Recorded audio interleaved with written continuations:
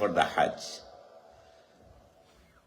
সম্মানিত মুসল্লিয়ানে কিরাম, আমরা আল্লাহ পাক রব্বুল আলামিনের দরবারে লক্ষ কোটি শুকরিয়া সুজুদ আদায় করি যে মহান রব্বুল আলামিন আমাদেরকে মেহেরবানি করে আজকে এই পবিত্র জুমার দিনে আল্লাহর ঘর মসজিদে দারুল আরকামে আসার, বসার, আলোচনা করার, খুতবা দেয়ার এবং খুতবা শোনার তৌফিক দান করলেন। সে মুনিবের দরবারে আমরা শুকরগুজার হই, সবাই পড়ি আলহামদুলিল্লাহ।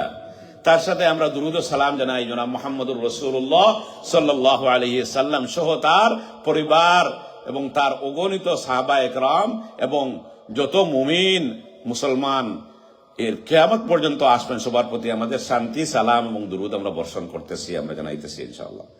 তো যেহেতু আমরা খুবই গুরুত্বপূর্ণ সময়ে আমরা অতিবাহিত করতেছি এবং আজকের আমাদের খুতবার যে বিষয়বস্তু সেটি হচ্ছে হজের গুরুত্ব এবং মাহাত্ম্য, কেন আমরা হজ করব সেই বিষয়ে আমরা আলোচনা, আমাদের খুতবার বিষয়বস্তু আমরা বেছে নিয়েছি।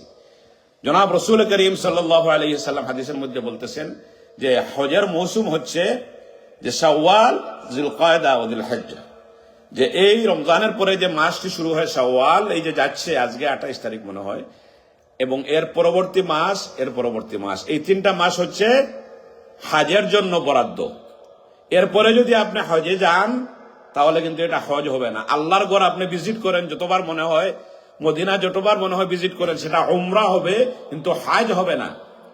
হজ হচ্ছে আল্লাহ সুবহানাহু ওয়া তাআলা বলতেছেন ওয়াজকুরুল্লাহ ফি আইয়ামিম মা'দুদাত, যে আল্লাহ পাক রব্বুল আলামিন নির্দিষ্ট করে দিয়েছেন কিছু দিন, সেই দিনগুলোর মধ্যে হজ। আপনি সারা বছর যদি আরাফাতে যান তাহলে কিন্তু এই আরাফার দিনের হজের সময় যে সওয়াব সেটা লাভ করতে পারবেন না। আপনি সারা বছর যদি আপনি মুজদলিফাতে যান, আপনি সারা বছর যদি মিনায় তাবু বানিয়ে থাকেন, তাহলে এই সওয়াবটা লাভ করবেন না, যে সওয়াবটা হজের যে 5 দিন, মূলত হজের কাজ হচ্ছে 5 দিন। 5 দিনের কমে হজ আদায় করা যায় না। এই 5টা দিন আপনাকে কি কাজ করতে হবে আপনাকে জানতে হবে। আমরা না জেনে অনেকে হজ করার জন্য আল্লাহ পাক রব্বুল আলামিন আমাদেরকে তৌফিক দিয়েছে, আমরা চলে যাই, এবং ইউরোপ আমেরিকা থেকে যেহেতু কঠিন হয়ে গেছে এজন্য আমরা বাংলাদেশ হয়ে বাংলাদেশি পাসপোর্ট দিয়ে আমরা চলে যাই। কিন্তু এই যে চলে গেলাম, কিন্তু যাইয়া আমরা কি করব, ওখানে যাইয়া কি করব না জানার কারণে আমরা আমাদের এই হজের যে আসল যে উদ্দেশ্য, যে কষ্টটা, সেটা আমাদের নষ্ট হয়ে যায়।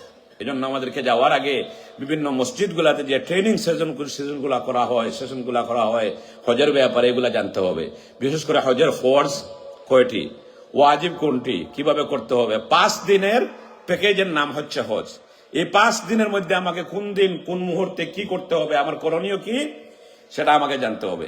অনেকে মনে করেন যে আমরা কিতাব আছে, বিভিন্ন ভাষায় পাওয়া যায়, ইংলিশে পাওয়া যায়, বাংলায় পাওয়া যায়, আরবিতে পাওয়া যায়, কিছু বই কিনে ফেলবো আর ওইগুলা দেখে দেখে আমরা হজ করে ফেলবো।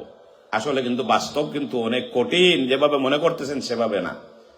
যারা উলামা হযরতরা রয়েছেন তারা জানবেন যে আমাদের বিশেষ করে উপমহাদেশে মুআল্লিমুল হুজ্জাত নামে একটি কিতাব রয়েছে উর্দু, যে হজের মুআল্লিমুল হুজ্জাত মানে হজের শিক্ষক।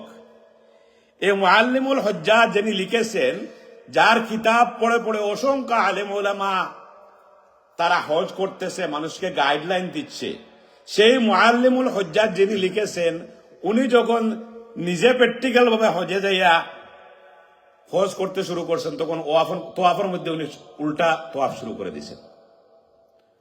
তো এটা বোঝানোর অর্থ কি, যিনি কিতাব লিখছে এই ব্যাপারে এবং পৃথিবীবাসীকে মানুষ গাইড করতেছে, উনি যখন প্র্যাকটিক্যাল ভাবে শুরু করছে তখন উনি মিস্টেক করে ফেলছে। এজন্য আপনি যদি মনে করেন যে কিতাব কিনে ফেলবো, হুজুরদের এত শোনার দরকার কি? হুজুররা যে ট্রেনিংটা দেয়, হজের যে সেমিনার গুলা হয়, এগুলা প্র্যাকটিক্যাল থেকে আপনাদেরকে দেয়। আর কিতাব থেকে আপনি পড়তে পড়তে কয়টা শিখবেন, কয়টা পড়বেন, কয়টা দোয়া আপনি শিখবেন? অনেক সময় দেখা যায় যেটা ইম্পর্টেন্ট না সেই দোয়াটা আমরা শিখতেছি, যেটা ইম্পর্টেন্ট সেটা আমরা জানি না।